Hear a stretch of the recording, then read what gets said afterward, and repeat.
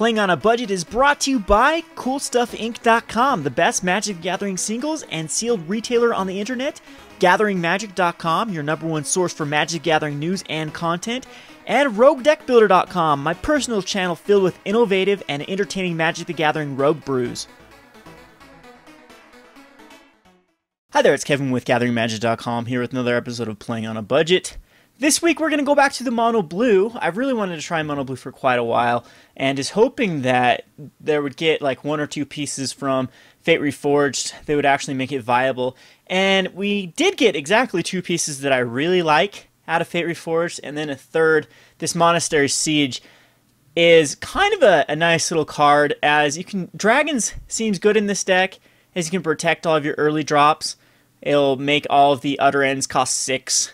And even things like Lightning Strikes cost 4. And then cons just seems to be really good synergy with like Thassa. It's kind of like your 5th Thassa to help actually scry into the cards that you need. So this could be, we could be onto something here, or this could end up being a complete disaster. I haven't studied the metagame for Standard for quite a while. I did go to a pre-TQ, a PPTQ, and I was running red-green aggro and got completely destroyed the entire night by decks using Whirling Outbursts, and that was kind of the story of my night.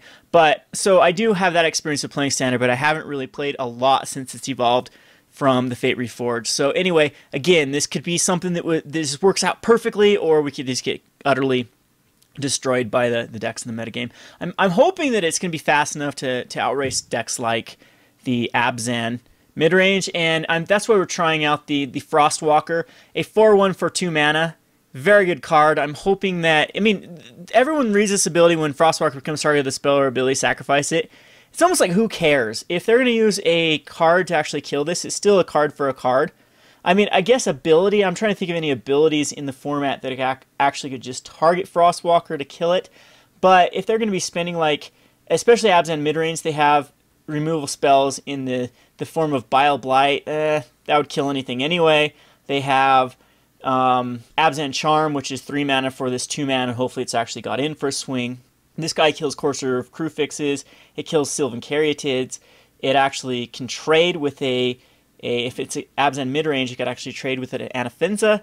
It just seems to be a good card. It happens to be elemental as well, and then it's got this kind of synergy with Monastery Siege that you can make spells cost 2 more to actually target it, so then it gets a little bit harder to kill, and then it is an elemental for the Master of Waves, so this will actually become a 5/2. So you can't target it with Thassa's unblockable because you'll kill it, but it still seems to me at least worth a try to see if Frostwalker is worth including in here. Now, I've got Mindreavers in here. I absolutely hate this card, but it's the only 2 mana double devotion card in the format at the moment that we can play, and it is a 2/1, so that's not terrible. A 2/1 for 2 mana in this format can actually surprisingly get in for a bit of damage before it can get solved. But I would like something better eventually to replace the Mindreaver, or even supplement the Mindreaver. I'm trying a Vaporkin because once again it's an elemental, has synergy with the Master of Waves. And then as the 1-drops, we have Hypnotic Siren and the Triton Shorestalker, because these are both evasive, and then 1 of Military Intelligence and a 2 of Bident of Thassa. So these actually can come draw some cards through Bident of Thassa and through the Military Intelligence. So anywho, we're going to go and check the prices. These prices for the deck are brought to you by CoolStuffInc.com. So here we are. This is actually going to be more of a budget deck than most of the decks. I try to stick around the $100 budget for playing on a budget. We do have a $100 cap. I'm not supposed to go over $100. This one runs at $56.83. The most expensive card in the deck is going to be the Thassas at 6 of them for $24 for 4 of them. And then a lot of like $4 cards in the form of like Nykthos, Shredded Nyx, Master of Waves. We have Chasm Skulkers at 3. And Thassas and Master of Waves are really the reason to run this deck. This deck isn't nearly as powerful without Mutavault. I think Mutavault in the past format is really what made the deck. As the Bident of Thassa Mutavault combination, as well as Mutavault getting pumped up by Master of Waves, was really, really good in the past format. But Bident of Thassas themselves are bulk. They're 50 cents a piece.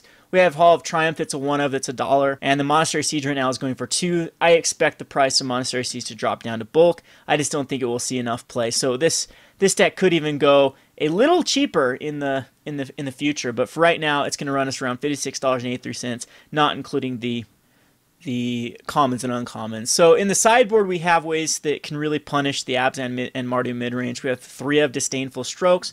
So the whole idea is to get like a Frostwalker or a couple 1-drops out and then just start countering their 4-drops. Again, you're not going to be playing this until turn 4. So a lot of times you'd have like a couple of these and a Frostwalker out, and then you just Disdainful Stroke their Siege Rhino.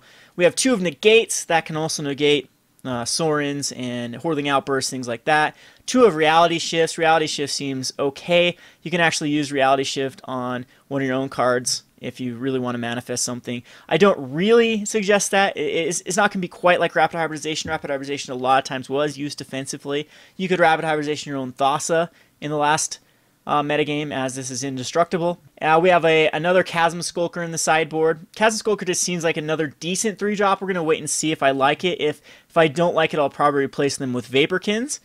And then we have another Monastery Siege in the side. I have a 1 of Dissolve, which can easily be 2 of. And I was thinking about, we're going to try Wall of Frost. Wall of Frost is pretty good. It blocks Siege Rhinos all day long. And it blocks like Anafenza. It can block the opposing, if we're going to go against Abzan midrange, it can block the Fleecemane Lions as well as the Death Dealers. And the Death Dealers will have to pump 3 times to actually go through the Wall of Frost. And Encrust is another card I'm iffy about. We'll bring it in against hyper-aggressive decks, I think. I'm not quite sure. The artifact doesn't really matter in here, enchanted artifact or creature. So the thing I don't like about Encrust versus the last one is it doesn't tap them immediately when it comes into play. But if you can put it on a card and it taps it down and then it doesn't untap, it adds 2 devotion, which is actually significant for Thassa. But we'll have to wait and see if we like this. In fact, I think I'm going to... Now, I'll keep the 3 of... I kind of want to put in another Dissolve for the... Yeah, I think we do. I think I'm going to take out an Encrust and we're going to throw in 1 more Dissolve into the mix, as I'm thinking that against like the mid-range matchups, Dissolve is going to be a much better card than an Encrust. So I'm going to throw 1 more Dissolve in here, and we're going to call this good. So this is just going to be our deck. Again, I'm expecting this deck to either be a happy surprise or fail miserably. So I know we've had a lot of comments in the past saying, oh, these budget decks aren't competitive, it's not nearly... What happened is I really did go through a lot of the competitive budget decks. Like, there's only so many times you can do a mono-red variant or a mono-black variant before it just becomes so redundant. If you really want to start a budget deck, still probably the best deck is going to be Boss Sly, as it costs very little. And you can go back into our video archives. It hasn't changed much at all for the Boss Sly version, that you can get into Magic and actually be competitive at a PTQ or Friday Night Magic. But the thing about like my channel personally with Rogue Deck Builder, and as far as playing on a budget, I like to try to find creative ways on a budget to actually be competitive. So some of these fail miserably, some of them are pleasant surprises, but all in all, you get to see new decks at the $100 mark each week.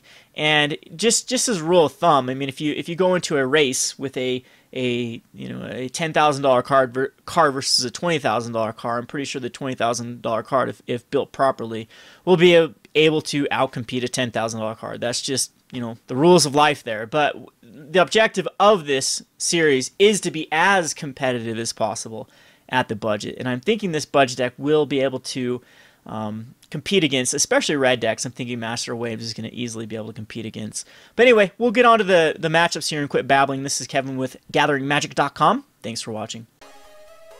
Thanks for watching Playing on a Budget. If you haven't already, please subscribe to Gathering Magic and check out our Playing on a Budget playlist, which contains every episode. Thanks again, and hope to see you soon.